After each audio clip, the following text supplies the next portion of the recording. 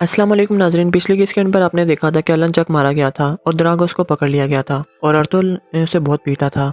इसके बाद उसे सोगोत के कैदखाने में बंद कर दिया गया था। इस केस के आगाज़ में उमर कबीले का मंजर सामने आता है। बेबुलत अपने आप से कह रहा था कि मेरे दुश्मन अपने खिलाफ लड़ रहे हैं, मैं एक दफ़ा फिर जीत गया। जब अर्तुल मेरी शनाख्त जानेगा तब मेरी तलवार उसके सर पर होगी।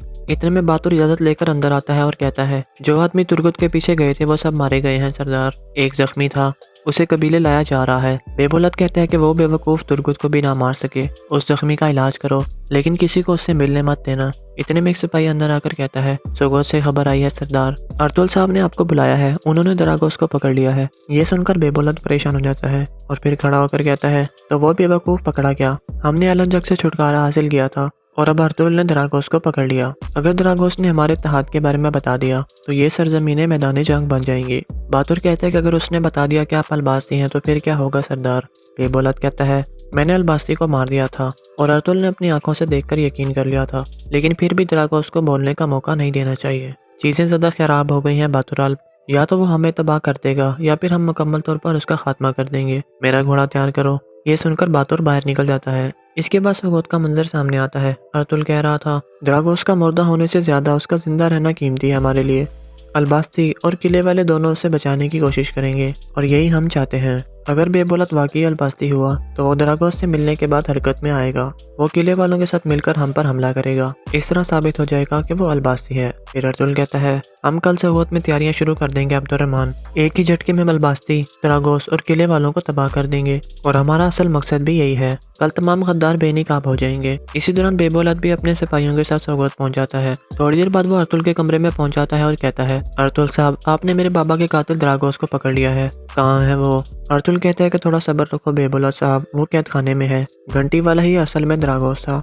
ये सुनकर बेबुलत जानबूझकर हैरानगी का इजहार करता है और कहता है, वो कुबड़ा आदमी ऐसा कैसे कर सकता है सरदार? अर्तुल कहता है कि वो कुबड़ा नहीं था, उसे देखने के बाद आपको समझ आ जाएगी बेबुलत साहब। बेबुलत कहता है कि मुझे अपने बाबा का इंतकाम लेने की इजाज़त दें अर्तुल साहब। अर्तुल कहता है, इन सरजमीनों पर हम इंसाफ कायम करते हैं, इंतकाम नहीं।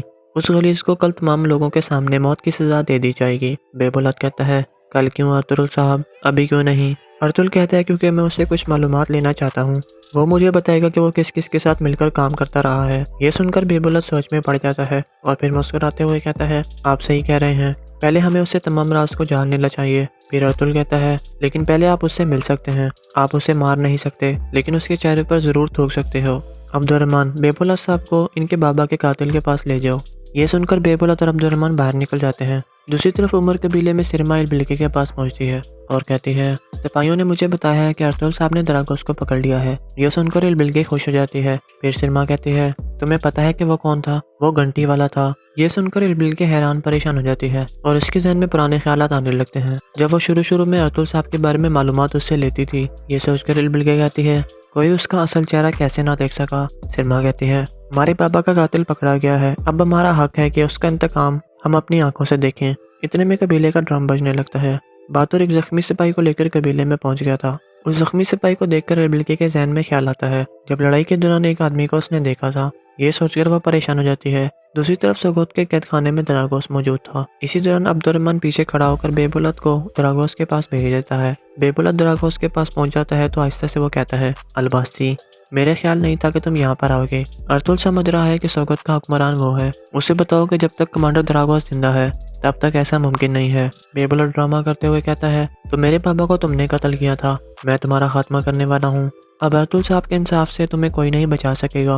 बेबुलत ऐसा इसलिए कह रहा था क्योंकि अब्दुर्रहमान को उस पर शक न हो। फिर द्रागोस खड़ा होकर बेबुलत के पास आ जाता है। बेबुलत ऊंची आवाज में कहता है, तुम्हारा साथी अलबास्ती मारा गया है, आज की रात तुम्हारी आखिरी रात होगी। द्रागोस ऐसे से कहता है, तुम मेरे सिपाहियों को नहीं जानते, वो कभी भी हार नहीं मानते, और खास तौर पर वो कमांडर द्रागोस के लिए। अर्तुल जानता है कि अलबास्ती नहीं मरा, अगर तुमने मुझे ना बचाया तो मैं उसे बता दूंगा कि तुम ही अलबास्ती हो। इतने में बेबुलत उसे पकड़ लेता है और आहिस्ता से कहता है, आखिरी लम्हे तक इंतजार करना, मैं तुम्हें बचा लूंगा। फिर बेबुलत ड्रामा करते हुए बुलंद आवाज में कहता है, मैं तुम्हें मार दूंगा, भजनतीने कुत्ते, मैं तुम्हें अपने हाथों से मारूंगा। ये सुनकर अब्दुर्रहमान और सिपाही वहां पर पहुंच जाते हैं और बेबुलत को खींचकर उसे पीछे हटाते हैं। बेबुलत कहता है, मुझे माफ करना अब्दुर्रहमान आल्प, मैं इसे देखकर अपने गुस्से को काबू ना कर सका। इसके बाद वो सब वहाँ से जाने लगते हैं। जाते जाते बेबुलत मुस्कुराते हुए दरागोस को इशारा करता है। दरागोस भी मुस्कुराने लगता है। दूसरी जानिब उमर कबीले में एलबिल उस खेमे की जानिब बढ़ रही थी जिसमें उस जख्मी सिपाही को रखा गया था।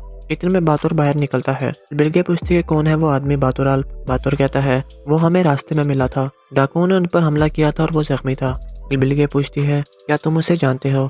बातुर कहता है कि नहीं, वो एक ताजर है। बिल्गे कहती है वो मुझे ताजर नहीं लगता, मैं जाकर उससे मिलती हूँ। बातुर उसे रोक लेता है और कहता है सरदार का हुक्म है किसी को भी अंदर ना जाने दिया जाए। बिल्गे कहती है मेरा भाई जख्मी ताजिर को क्यों छुपा रहा है? बातुर कहता है कि मैं सरदार के हुक्म पर सवाल नहीं उठाता बिल्गे खातून, आप खुद उनसे बात कर लें। ये सुनकर बिल्गे वापस मुड़ जाती है। दूसरी जानिब बेबुलत बाहर सैन में मौजूद था सोगोत के। इतने में एक सिपाही उसे आकर खत देता है। बेबुलत उसे खोलकर पढ़ने लगता है।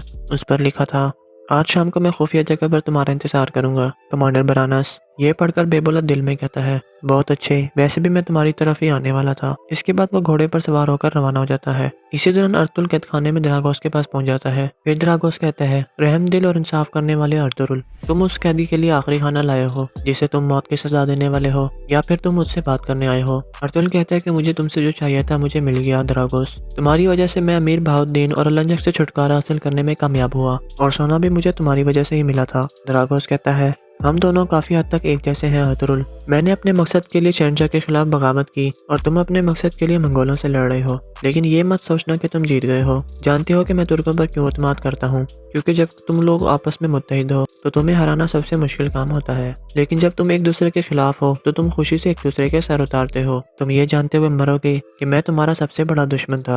अर्तुल कहता है एक बहादुर दुश्मन जुर्रत के साथ मेरे सामने खड़ा होता है, लेकिन तुम भेड़ की खाल में एक गिरदर और आदमी की खाल में एक सांप थे। तुम किसी तरह के रहम के हकदार नहीं हो। दरागोस कहता है कि फिर तुम यहाँ पर क्यों आए हो? अर्तुल कहता है ताकि तुम ये जानकर मर सको कि मैं तुम्हारे उस शैतानी निज़ाम को तबाह करने वाला हूँ जो तुम सोगोत में कायम करना चाहते थे। मैं तुम्हारे किले और सिपाहियों को तबाह कर दूंगा। इसके अलावा तुम्हारी मौत मुझे अलबास्ती देगी।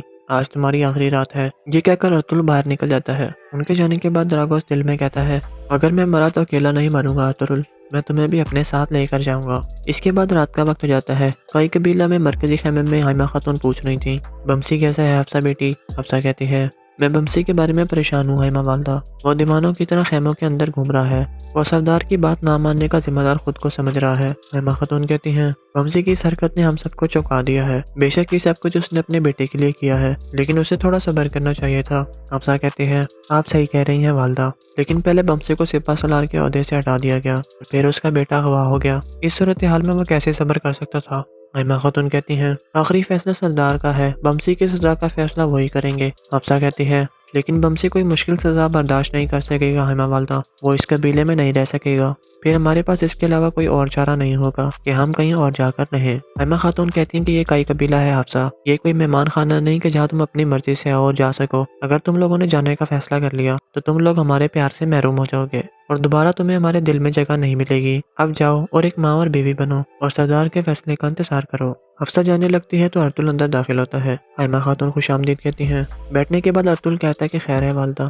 हफ्सा खातून गमगीन लग रही थी। हाइमा खातून कहती है कि वो बमसी के बारे में परेशान थी बेटा, हम उसी के बारे में बात कर रहे थे। अर्तुल कहता है कि सरदार के खेमे में आकर अपने प्यारों के लिए कोई भी नाजायज फैसला नहीं कर सकता वालदा। अगर ऐसे हमने गलती करने वालों को माफ कर दिया तो हम अपने पूरे कबीले के लोगों के साथ नाइंसाफी करेंगे। बमसी को हर हाल में अपनी गलती की सजा मिलेगी। दूसरी तरफ दरागोस के खुफिया गार में किले के कुछ कमांडर मौजूद थे जो बेबोलत का इंतजार कर रहे थे। थोड़ी देर बाद बेबोलत वहां पर पहुंचता है तो कमांडर बरानस कहता है कि आपने सुना है कि जो कुछ हुआ है बेबोलत? बेबोलत कहता है सुना है, मैं अभी भी कमांडर दरागोस से मिलकर आया हूँ। बरानस कहता है हम जानते हैं कि आप अलवास्ती हैं, हम आपके और कमांडर दरागोस के दरमियान होने वाले मुआहदे के साथ वफादार रहेंगे, आपका राज हमारा राज है। बेबोलत कहता है अर्तुल कल सोगोत में कमांडर दरागोस को मौत की सजा देने वाला है, हम उसे बचा लेंगे।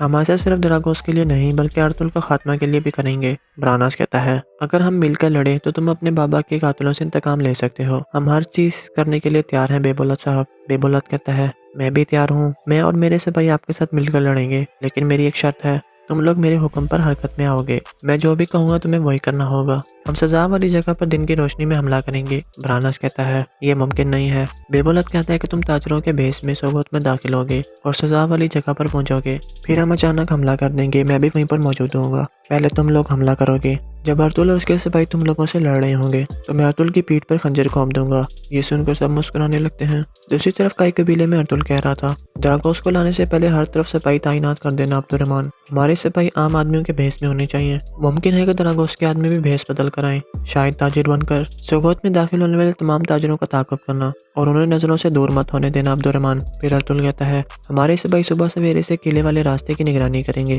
किले से निकलने वाला कोई भी शख्स वापस किले में नहीं जा सकेगा। फिर हम मुकम्मल तौर पर किले को फतह कर लेंगे। तुर्गत पूछता है, बमसी के बारे में क्या ख्याल है सरदार? इतने में हकीम आर्तो कहता है कि बमसी अपनी गलतियों की संजीदगी को जानता है सरदार, वो अपनी गलतियों पर बहुत शर्मिंदा है। अर्तुल कहता है कि इतनी ज्यादा गफलत शर्मिंदगी से माफ नहीं होती, गलती की एक कीमत होती है। बमसी को फौरन यहाँ पर लाओ अब्दुर्रहमान। ये सुनकर अब्दुर्रहमान बाहर निकल जाता है और यहाँ पर किस्सा खत्म हो जाती है।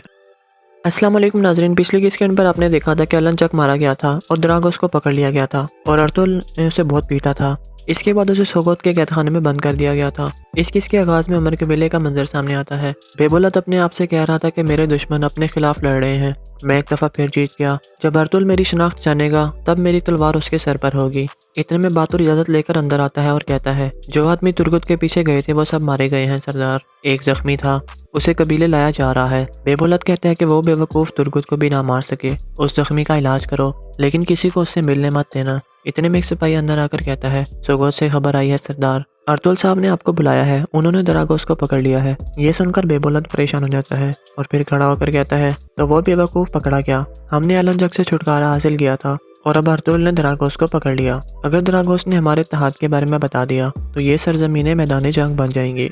बातुर कहता है कि अगर उसने बता दिया कि आप अलबास्ती हैं तो फिर क्या होगा सरदार? बेबुलत कहता है, मैंने अलबास्ती को मार दिया था और अर्तुल ने अपनी आंखों से देखकर यकीन कर लिया था, लेकिन फिर भी ड्रागोस को बोलने का मौका नहीं देना चाहिए। चीज़ें ज़्यादा ख़राब हो गई हैं बातुराल, या तो वो हमें तबाह कर देगा या फिर हम मुकम्मल तौर पर उसका खात्मा कर देंगे। मेरा घोड़ा तैयार करो। ये सुनकर बातुर बाहर निकल जाता है। इसके बाद सोगोत का मंजर सामने आता है। अर्तुल कह रहा था, ड्रागोस का मुर्दा होने से ज़्यादा उसका जिंदा रहना कीमती है हमारे लिए। अलबास्ती और किले वाले दोनों उसे बचाने की कोशिश करेंगे और यही हम चाहते हैं। अगर बेबुलत वाकई अलबास्ती हुआ तो वो ड्रागोस से मिलने के बाद हरकत में आएगा, वो किले वालों के साथ मिलकर हम पर हमला करेगा। इस तरह साबित हो जाएगा कि वो अलबास्ती है। फिर अर्तुल कहता है, हम कल सोगोत में तैयारियां शुरू कर देंगे अब्दुर्रहमान। एक ही झटके में अलबास्ती, ड्रागोस और किले वालों को तबाह कर देंगे और हमारा असल मकसद भी यही है। कल तमाम गद्दार बेनकाब हो जाएंगे। इसी दौरान बेबुलत भी अपने सिपाहियों के साथ सोगोत पहुंच जाता है। थोड़ी देर बाद वो अर्तुल के कमरे में पहुंच जाता है और कहता है, अर्तुल साहब, आपने मेरे बाबा के कातिल ड्रागोस को पकड़ लिया है, कहाँ है वो? अर्तुल कहता है कि थोड़ा सब्र रखो बेबुलत साहब, वो कैद खाने में है। घंटी वाला ही असल में ड्रागोस था।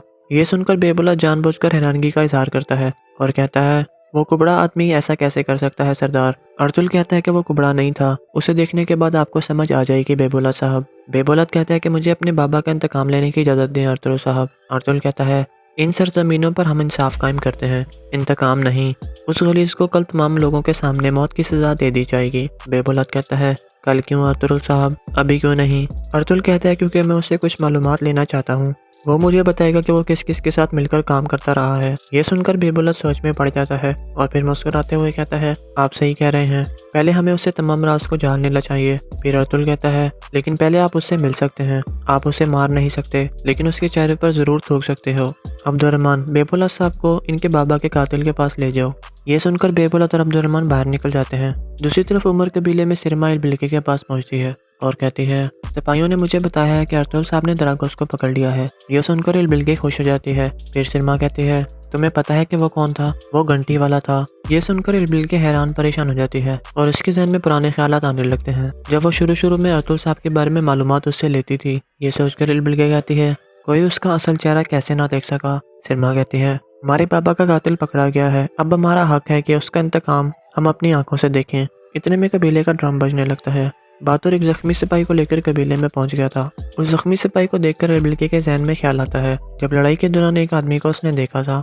ये सोचकर वह परेशान हो जाती है। दूसरी तरफ सोगोत के कैद खाने में ड्रागोस मौजूद था। इसी दौरान अब्दुर्रहमान पीछे खड़ा होकर बेबुलत को ड्रागोस के पास भेज देता है। बेबुलत ड्रागोस के पास पहुंच जाता है तो आहिस्ता से वो कहता है, अलबास्ती, मेरे ख्याल नहीं था कि तुम यहाँ पर आओगे। अर्तुल समझ रहा है कि सोगोत का हुक्मरान वो है, उसे बताओ कि जब तक कमांडर ड्रागोस जिंदा है तब तक ऐसा मुमकिन नहीं है। बेबुलत ड्रामा करते हुए कहता है, तो मेरे पापा को तुमने कत्ल किया था, मैं तुम्हारा खात्मा करने वाला हूँ।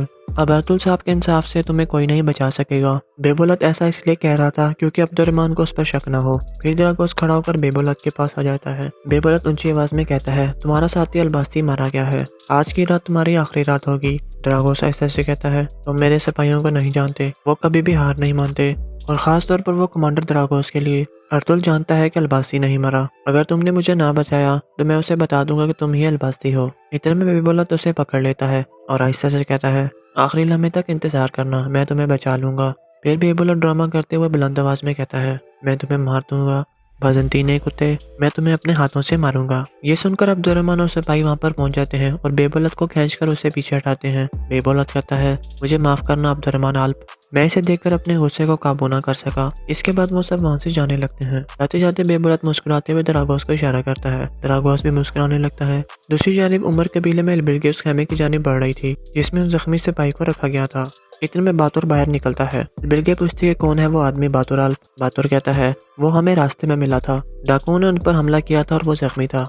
बिल्गे पूछती है, क्या तुम उसे जानते हो? बातुर कहता है कि नहीं, वो एक ताजिर है। बिल्गे कहती है, वो मुझे ताजिर नहीं लगता, मैं जाकर उससे मिलती हूँ। बातुर उसे रोक लेता है और कहता है, सरदार का हुक्म है किसी को भी अंदर ना जाने दिया जाए। बिल्गे कहती है, मेरा भाई जख्मी ताजिर को क्यों छुपा रहा है?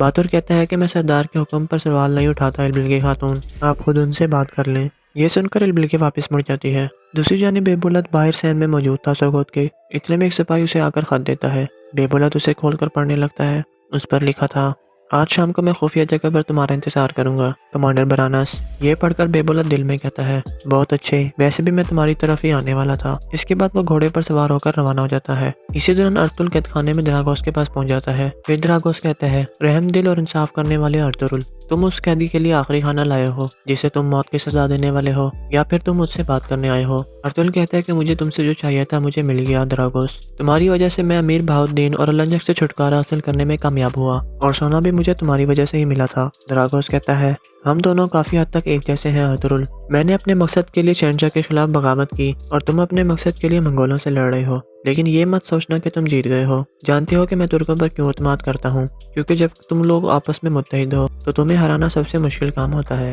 लेकिन जब तुम एक दूसरे के खिलाफ हो तो तुम खुशी से एक दूसरे के सर उतारते हो। तुम ये जानते हुए मरोगे कि मैं तुम्हारा सबसे बड़ा दुश्मन था। अर्तुल कहता है, एक बहादुर दुश्मन जुर्रत के साथ मेरे सामने खड़ा होता है, लेकिन तुम भेड़ की खाल में एक गिरदड़ और आदमी की खाल में एक सांप थे। तुम किसी तरह के रहम के हकदार नहीं हो। दरागोस कहता है कि फिर तुम यहाँ पर क्यों आए हो? अर्तुल कहता है, ताकि तुम ये जानकर मर सको कि मैं तुम्हारे उस शैतानी निज़ाम को तबाह करने वाला हूँ जो तुम सोगोत में कायम करना चाहते थे। मैं तुम्हारे किले और सिपाहियों को तबाह कर दूंगा। इसके अलावा तुम्हारी मौत मुझे अलबास्ती देगी।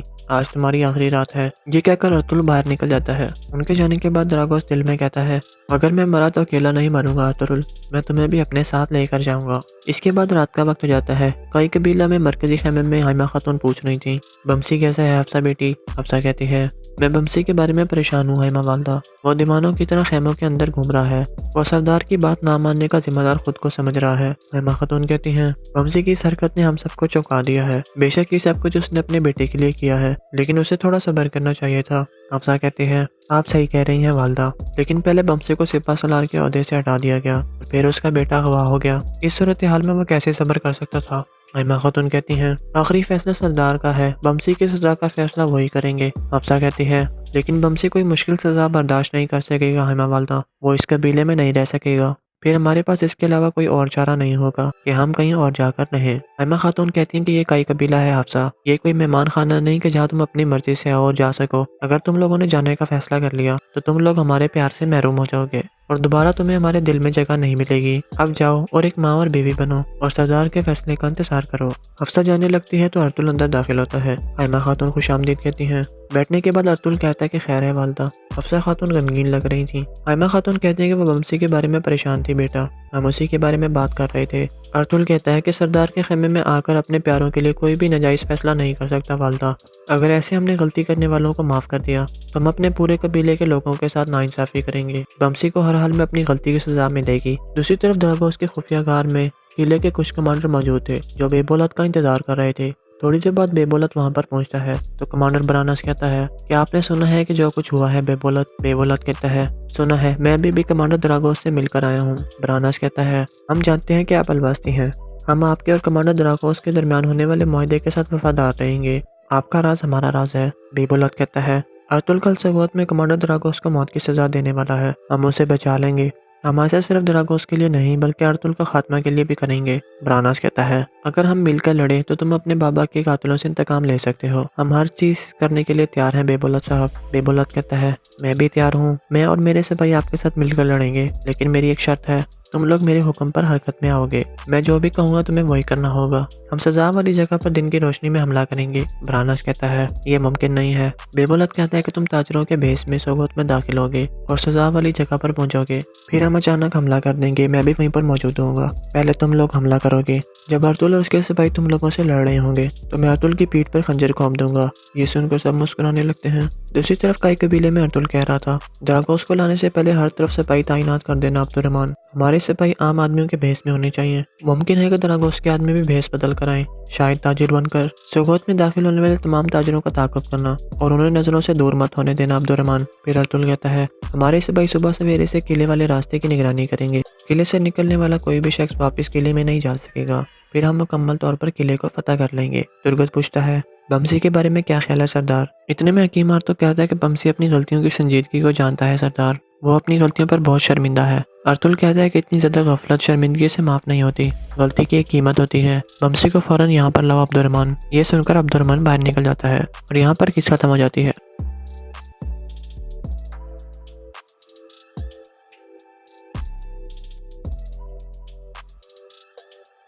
अस्सलाम वालेकुम नाजरीन, पिछले की स्क्रीन पर आपने देखा था कि अलन चक मारा गया था और द्रागोस को पकड़ लिया गया था और अर्तुल ने उसे बहुत पीटा था।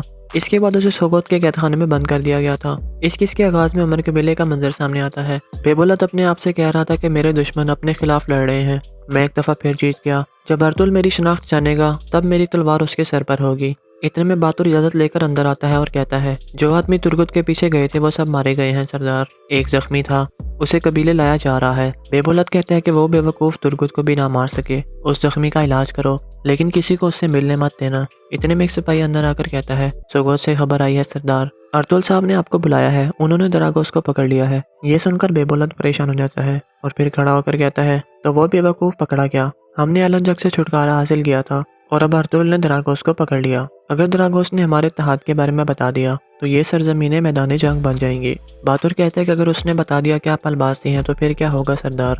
बेबुलत कहता है, मैंने अलबास्ती को मार दिया था और अर्तुल ने अपनी आंखों से देखकर यकीन कर लिया था, लेकिन फिर भी द्रागोस को बोलने का मौका नहीं देना चाहिए। चीज़ें ज़्यादा खराब हो गई हैं बातुराल, या तो वो हमें तबाह कर देगा या फिर हम मुकम्मल तौर पर उसका खात्मा कर देंगे। मेरा घोड़ा तैयार करो। ये सुनकर बातुर बाहर निकल जाता है। इसके बाद सोगोत का मंजर सामने आता है। अर्तुल कह रहा था, द्रागोस का मुर्दा होने से ज्यादा उसका जिंदा रहना कीमती है हमारे लिए। अलबास्ती और किले वाले दोनों उसे बचाने की कोशिश करेंगे और यही हम चाहते हैं। अगर बेबुलत वाकई अलबास्ती हुआ तो वो द्रागोस से मिलने के बाद हरकत में आएगा। वो किले वालों के साथ मिलकर हम पर हमला करेगा। इस तरह साबित हो जाएगा कि वो अलबास्ती है। फिर अर्तुल कहता है, हम कल सोगोत में तैयारियां शुरू कर देंगे अब्दुर्रहमान। एक ही झटके में अलबास्ती, द्रागोस और किले वालों को तबाह कर देंगे और हमारा असल मकसद भी यही है। कल तमाम गद्दार बेनकाब हो जाएंगे। इसी दौरान बेबुलत भी अपने सिपाहियों के साथ सोगोत पहुंच जाता है। थोड़ी देर बाद वो अर्तुल के कमरे में पहुंच जाता है और कहता है, अर्तुल साहब, आपने मेरे बाबा के कातिल द्रागोस को पकड़ लिया है। कहाँ है वो? अर्तुल कहता है कि थोड़ा सब्र रखो बेबुलत साहब, वो कैद खाने में है। घंटी वाला ही असल में द्रागोस था। ये सुनकर बेबुलत जानबूझकर हैरानगी का इजहार करता है और कहता है, वो कुबड़ा आदमी ऐसा कैसे कर सकता है सरदार? अर्तुल कहता है कि वो कुबड़ा नहीं था। उसे देखने के बाद आपको समझ आ जाएगी बेबुलत साहब। बेबुलत कहता है कि मुझे अपने बाबा का इंतकाम लेने की इजाजत दें अर्तुल साहब। अर्तुल कहता है, इन सरजमीनों पर हम इंसाफ कायम करते हैं, इंतकाम नहीं। उस गलीज को कल तमाम लोगों के सामने मौत की सजा दे दी जाएगी। बेबुलत कहता है, कल क्यों अर्तुल साहब, अभी क्यों नहीं? अर्तुल कहता है, क्योंकि मैं उससे कुछ मालूमात लेना चाहता हूँ। वो मुझे बताएगा कि वो किस किस के साथ मिलकर काम करता रहा है। ये सुनकर बेबुलत सोच में पड़ जाता है और फिर मुस्कुराते हुए कहता है, आप सही कह रहे हैं, पहले हमें उससे तमाम राज को जान लेना चाहिए। फिर अर्तुल कहता है, लेकिन पहले आप उससे मिल सकते हैं। आप उसे मार नहीं सकते, लेकिन उसके चेहरे पर जरूर थूक सकते हो। अब्दुर्रहमान, बेबुलत साहब को इनके बाबा के कातिल के पास ले जाओ। ये सुनकर बेबुलत और अब्दुर्रहमान बाहर निकल जाते हैं। दूसरी तरफ उमर कबीले में सिरमा इल-बिल्की के पास पहुंचती है और कहती है, सिपाहियों ने मुझे बताया है कि अर्तुल साहब ने द्रागोस को पकड़ लिया है। ये सुनकर इल-बिल्की खुश हो जाती है। फिर सिरमा कहती है, तुम्हें पता है कि वो कौन था? वो घंटी वाला था। ये सुनकर इल-बिल्की हैरान परेशान हो जाती है और उसके जहन में पुराने ख्यालात आने लगते हैं, जब वो शुरू में अर्तुल साहब के बारे में मालूमात उससे लेती थी। ये सोचकर इल-बिल्की कहती है, कोई उसका असल चेहरा कैसे ना देख सका। सिरमा कहती है, हमारे पापा का कातिल पकड़ा गया है, अब हमारा हक है कि उसका इंतकाम हम अपनी आंखों से देखें। इतने में कबीले का ड्रम बजने लगता है। बातुर एक जख्मी सिपाही को लेकर कबीले में पहुंच गया था। उस जख्मी सिपाही को देखकर एलबिल्के के जहन में ख्याल आता है, जब लड़ाई के दौरान एक आदमी को उसने देखा था। ये सोचकर वह परेशान हो जाती है। दूसरी तरफ सोगोत के कैद खाने में दरागोस मौजूद था। इसी दौरान अब्दुर्रहमान पीछे खड़ा होकर बेबुलत को दरागोस के पास भेज देता है। बेबुलत दरागोस के पास पहुंच जाता है तो आहिस्ता से वो कहता है, अलबास्ती, मेरे ख्याल नहीं था कि तुम यहाँ पर आओगे। अर्तुल समझ रहा है कि सोगत का हुक्मरान वो है। उसे बताओ कि जब तक कमांडर दरागोस जिंदा है तब तक ऐसा मुमकिन नहीं है। बेबुलत ड्रामा करते हुए कहता है, तो मेरे पापा को तुमने कत्ल किया था, मैं तुम्हारा खात्मा करने वाला हूँ।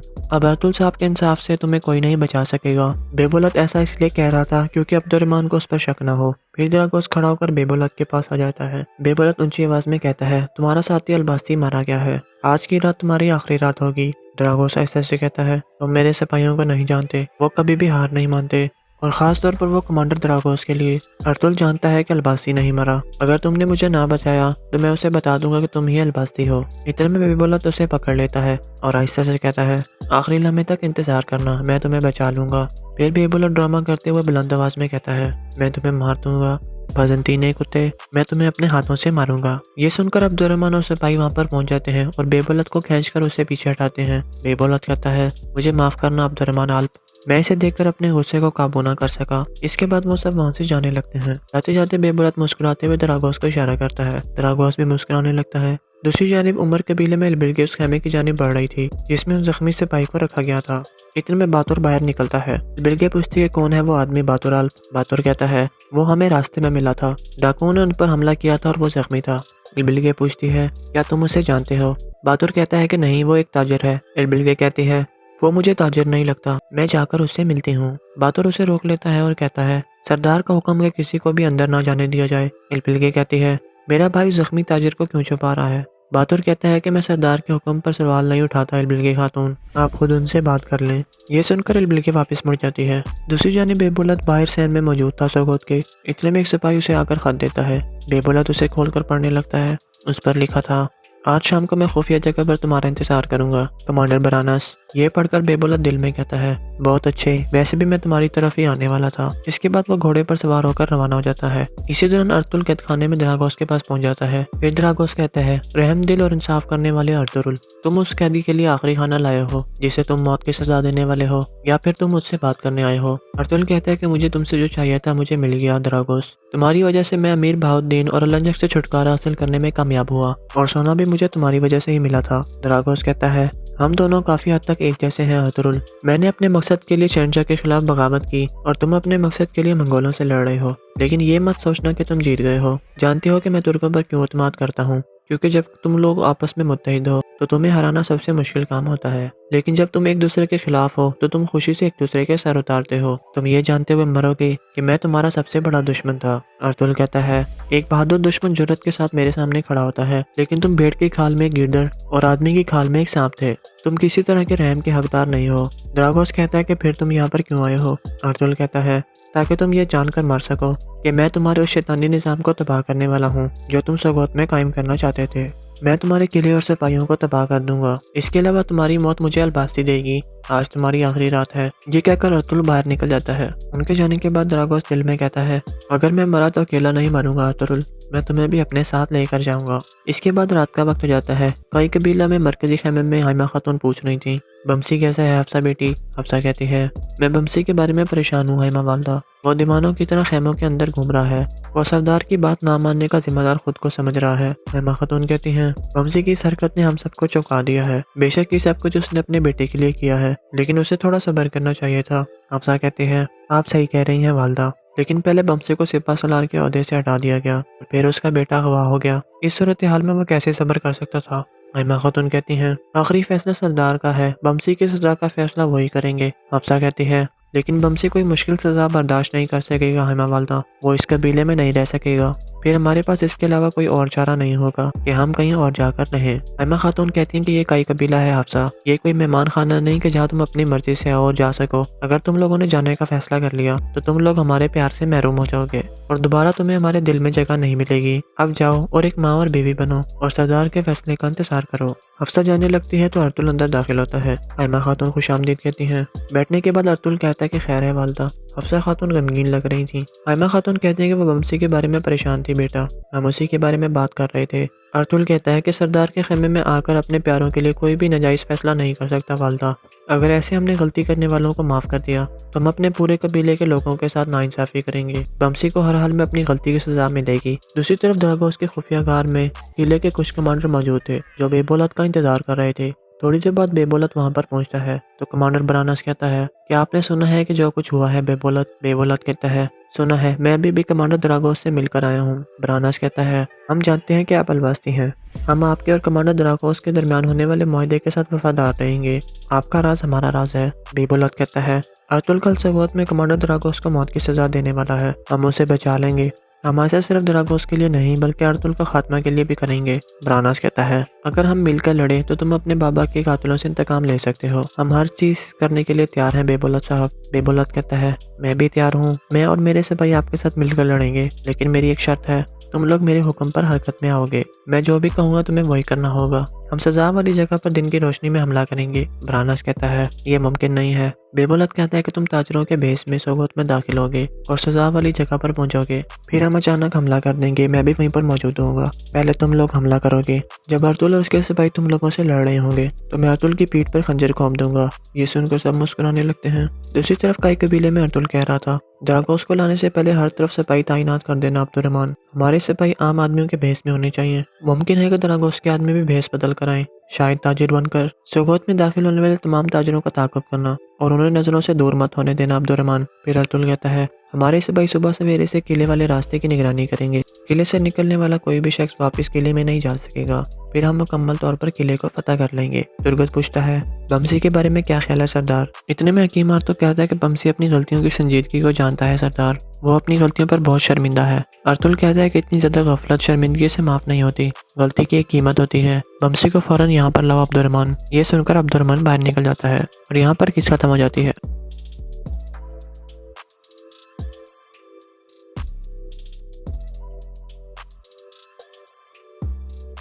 अस्सलाम वालेकुम नाजरीन, पिछले किस के अंदर आपने देखा था कि अलन चक मारा गया था और दरागोस को पकड़ लिया गया था और अर्तुल ने उसे बहुत पीटा था।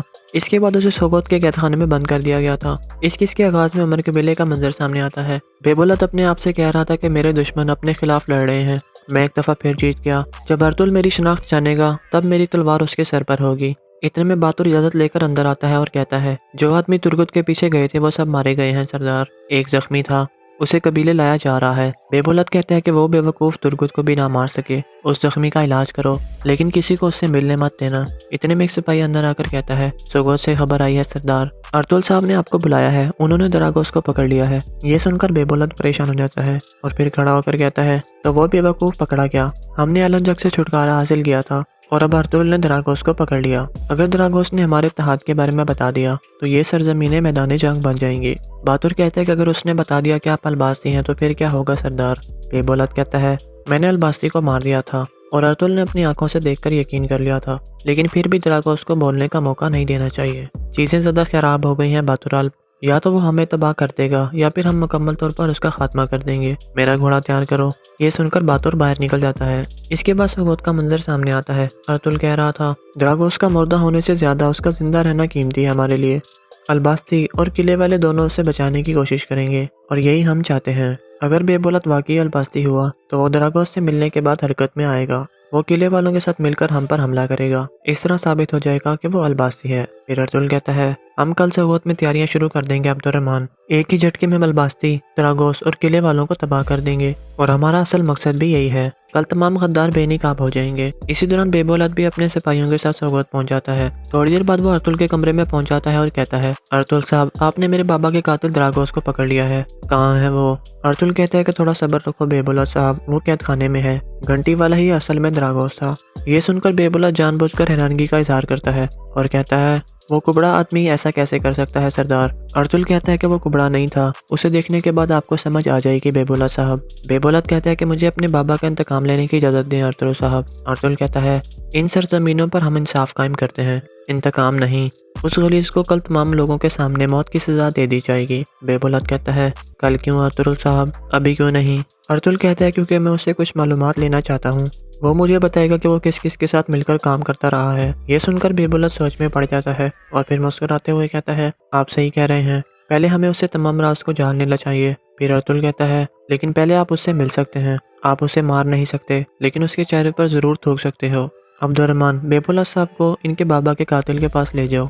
ये सुनकर बेबुलत और अब्दुर्रहमान बाहर निकल जाते हैं। दूसरी तरफ उमर कबीले में सिरमा बिल्की के पास पहुंचती है और कहती है सिपाहियों ने मुझे बताया है कि अर्तुल साहब ने दरागोस को पकड़ लिया है। यह सुनकर बिल्की खुश हो जाती है। फिर सिरमा कहती है तुम्हें पता है कि वो कौन था? वो घंटी वाला था। ये सुनकर बिल्की हैरान परेशान हो जाती है और उसके जहन में पुराने ख्यालात आने लगते हैं जब वो शुरू में अर्तुल साहब के बारे में मालूमात उससे लेती थी। ये सोचकर बिल्की कहती है कोई उसका असल चेहरा कैसे ना देख सका। सिरमा कहती है हमारे बाबा का कातिल पकड़ा गया है, अब हमारा हक है कि उसका इंतकाम हम अपनी आंखों से देखें। इतने में कबीले का ड्रम बजने लगता है। बातुर एक जख्मी सिपाही को लेकर कबीले में पहुंच गया था। उस जख्मी सिपाही को देखकर बिल्की के जहन में ख्याल आता है जब लड़ाई के दौरान एक आदमी को उसने देखा था। ये सोचकर वह परेशान हो जाती है।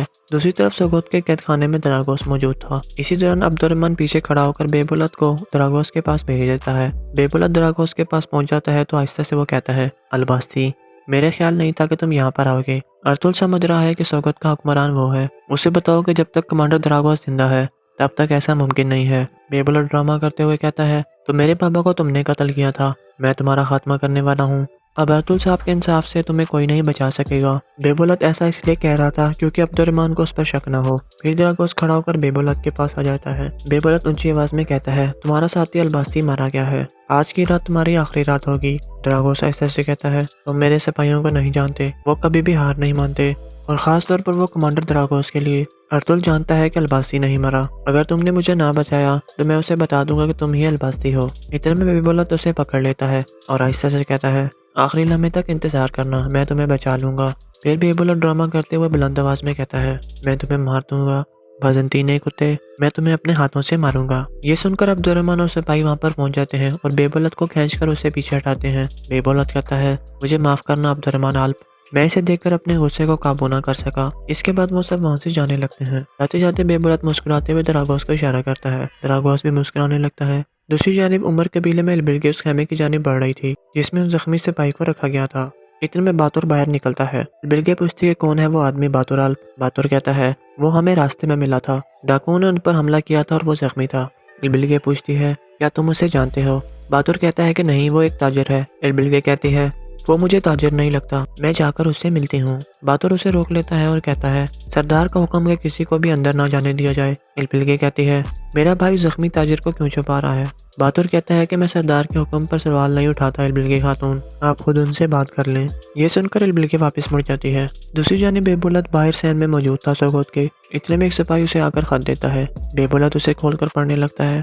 उस पर लिखा था आज शाम को मैं खुफिया जगह पर तुम्हारा इंतजार करूंगा, कमांडर बरानस। ये पढ़कर बेबुलत दिल में कहता है बहुत अच्छे, वैसे भी मैं तुम्हारी तरफ ही आने वाला था। इसके बाद वो घोड़े पर सवार होकर रवाना हो जाता है। इसी दौरान अर्तुल कैदखाने में दरागोस के पास पहुंच जाता है। फिर दरागोस कहता है रहमदिल और इंसाफ करने वाले अर्तुल, तुम उस कैदी के लिए आखिरी खाना लाए हो जिसे तुम मौत की सजा देने वाले हो, या फिर तुम मुझसे बात करने आए हो? अर्तुल कहता है कि मुझे तुमसे जो चाहिए था मुझे मिल गया दरागोस, तुम्हारी वजह से मैं अमीर बहाउद्दीन और अल्लाह से छुटकारा हासिल करने में कामयाब हुआ और सोना भी मुझे तुम्हारी वजह से ही मिला था। दरागोस कहता है हम दोनों काफी हद तक एक जैसे हैं अर्तुल, मैंने अपने मकसद के लिए शहंशाह के खिलाफ बगावत की और तुम अपने मकसद के लिए मंगोलों से लड़ रहे हो, लेकिन ये मत सोचना कि तुम जीत गए हो। जानते हो कि मैं तुर्कों पर क्यों एतमाद करता हूँ? क्योंकि जब तुम लोग आपस में मुत्तहिद हो तो तुम्हें हराना सबसे मुश्किल काम होता है, लेकिन जब तुम एक दूसरे के खिलाफ हो तो तुम खुशी से एक दूसरे के सर उतारते हो। तुम ये जानते हुए मरोगे कि मैं तुम्हारा सबसे बड़ा दुश्मन था। अर्तुल कहता है एक बहादुर दुश्मन जुर्रत के साथ मेरे सामने खड़ा होता है, लेकिन तुम भेड़ की खाल में एक गिरदड़ और आदमी की खाल में एक सांप थे। तुम किसी तरह के रहम के हकदार नहीं हो। द्रागोस कहता है कि फिर तुम यहाँ पर क्यों आए हो? अर्तुल कहता है ताकि तुम ये जानकर मर सको कि मैं तुम्हारे उस शैतानी निज़ाम को तबाह करने वाला हूँ जो तुम सोगोत में कायम करना चाहते थे। मैं तुम्हारे किले और सिपाहियों को तबाह कर दूंगा। इसके अलावा तुम्हारी मौत मुझे अलबास्ती देगी। आज तुम्हारी आखिरी रात है। ये कहकर अर्तुल बाहर निकल जाता है। उनके जाने के बाद द्रागोस दिल में कहता है अगर मैं मरा तो अकेला नहीं मरूंगा अर्तुल, मैं तुम्हें भी अपने साथ लेकर जाऊंगा। इसके बाद रात का वक्त हो जाता है। कई कबीला में मरकजी खेमे में हाइमा खातून पूछ रही थी बमसी कैसा है हफ्सा बेटी? हफ्सा कहती है मैं बमसी के बारे में परेशान हूँ हाइमा वालदा। वो दीवानों की तरह खेमों के अंदर घूम रहा है। वो सरदार की बात ना मानने का जिम्मेदार खुद को समझ रहा है। हाइमा खातून कहती हैं बमसी की इस हरकत ने हम सबको चौंका दिया है। बेशक ये सब कुछ उसने अपने बेटे के लिए किया है, लेकिन उसे थोड़ा सब्र करना चाहिए था। हफ्सा कहती है आप सही कह रही हैं वालदा, लेकिन पहले बमसी को सिपा सलार के ओहदे से हटा दिया गया, फिर उसका बेटा अगवा हो गया। इस सूरत हाल में वो कैसे सब्र कर सकता था? हाइमा खातून कहती हैं आखिरी फैसला सरदार का है, बमसी की सजा का फैसला वही करेंगे। हफ्सा कहती है लेकिन बमसी कोई मुश्किल सजा बर्दाश्त नहीं कर सकेगा हाइमा वालदा, वो इस कबीले में नहीं रह सकेगा। फिर हमारे पास इसके अलावा कोई और चारा नहीं होगा कि हम कहीं और जाकर रहें। हाइमा खातून कहती हैं कि ये काई कबीला है हफ्सा, ये कोई मेहमान खाना नहीं कि जहाँ तुम अपनी मर्जी से आओ और जा सको। अगर तुम लोगों ने जाने का फैसला कर लिया तो तुम लोग हमारे प्यार से महरूम हो जाओगे और दोबारा तुम्हें हमारे दिल में जगह नहीं मिलेगी। अब जाओ और एक माँ और बीवी बनो और सरदार के फैसले का इंतजार करो। हफ्सा जाने लगती है तो अर्तुल अंदर दाखिल होता है। हाइमा खातून खुशामदीद कहती हैं। बैठने के बाद अर्तुल कहता है कि खैर है वालदा। हफ्सा खातून गमगीन लग रही थी। हाइमा खातून कहती हैं कि वो बमसी के बारे में परेशान थी बेटा, हम उसी के बारे में बात कर रहे थे। अर्तुल कहता है कि सरदार के खेमे में आकर अपने प्यारों के लिए कोई भी नाजायज फैसला नहीं कर सकता वालदा। अगर ऐसे हमने गलती करने वालों को माफ़ कर दिया तो हम अपने पूरे कबीले के लोगों के साथ नाइंसाफ़ी करेंगे। बमसी को हर हाल में अपनी गलती की सजा मिलेगी। दूसरी तरफ द्रागोस के खुफिया गार में किले के कुछ कमांडर मौजूद थे जो बेबोलत का इंतजार कर रहे थे। थोड़ी देर बाद बेबोलत वहां पर पहुंचता है तो कमांडर ब्रानस कहता है कि आपने सुना है कि जो कुछ हुआ है बेबोलत? बेबोलत कहता है सुना है, मैं अभी भी कमांडर द्रागोस से मिलकर आया हूँ। ब्रानस कहता है हम जानते हैं कि आप अलवास्ती हैं, हम आपके और कमांडर द्रागोस के दरमियान होने वाले मुआहदे के साथ वफादार रहेंगे। आपका राज हमारा राज है। बेबोलत कहता है अर्तुल कल सोगोत में कमांडर द्रागोस को मौत की सजा देने वाला है, हम उसे बचा लेंगे। हम ऐसा सिर्फ द्रागोस के लिए नहीं बल्कि अर्तुल का खात्मा के लिए भी करेंगे। ब्रानस कहता है अगर हम मिलकर लड़े तो तुम अपने बाबा के कातिलों से इंतकाम ले सकते हो, हम हर चीज करने के लिए तैयार हैं बेबोलत साहब। बेबोलत कहता है मैं भी तैयार हूँ, मैं और मेरे सिपाही आपके साथ मिलकर लड़ेंगे, लेकिन मेरी एक शर्त है, तुम लोग मेरे हुक्म पर हरकत में आओगे। मैं जो भी कहूँगा तुम्हें वही करना होगा। हम सजा वाली जगह पर दिन की रोशनी में हमला करेंगे। ब्रानस कहता है ये मुमकिन नहीं है। बेबोलत कहता है कि तुम ताजरों के भेस में सोगोत में दाखिल होगे और सजा वाली जगह पर पहुंचोगे, फिर हम अचानक हमला कर देंगे। मैं भी वहीं पर मौजूद होऊंगा। पहले तुम लोग हमला करोगे। जब अर्तुल और उसके सिपाही तुम लोगों से लड़ रहे होंगे तो मैं अर्तुल की पीठ पर खंजर घोंप दूंगा। ये सुनकर सब मुस्कुराने लगते हैं। दूसरी तरफ काई कबीले में अर्तुल कह रहा था द्रागोस को लाने से पहले हर तरफ सिपाही तैनात कर देना अब्दुर्रहमान। हमारे सिपाही आम आदमियों के भेस में होने चाहिए। मुमकिन है कि द्रागोस के आदमी भी भेस बदल कर आए, शायद ताजिर बनकर। सोगोत में दाखिल होने वाले तमाम ताजिरों का ताक़ुब करना और उन्हें नजरों से दूर मत होने देना अब्दुर्रहमान। फिर अर्तुल कहता है हमारे सिपाही सुबह सवेरे से किले वाले रास्ते की निगरानी करेंगे। किले से निकलने वाला कोई भी शख्स वापस किले में नहीं जा सकेगा। फिर हम मुकम्मल तौर पर किले को फतह कर लेंगे। तुर्गत पूछता है बमसी के बारे में क्या ख्याल है सरदार? इतने में हकीम आर्तो कहता है कि बमसी अपनी गलतियों की संजीदगी को जानता है सरदार, वो अपनी गलतियों पर बहुत शर्मिंदा है। अर्तुल कहता है कि इतनी ज्यादा गफलत शर्मिंदगी से माफ नहीं होती, गलती की एक कीमत होती है। बमसी को फौरन यहाँ पर लाओ अब्दुर्रहमान। ये सुनकर अब्दुर्रहमान बाहर निकल जाता है और यहाँ पर किस्सा खत्म हो जाती है।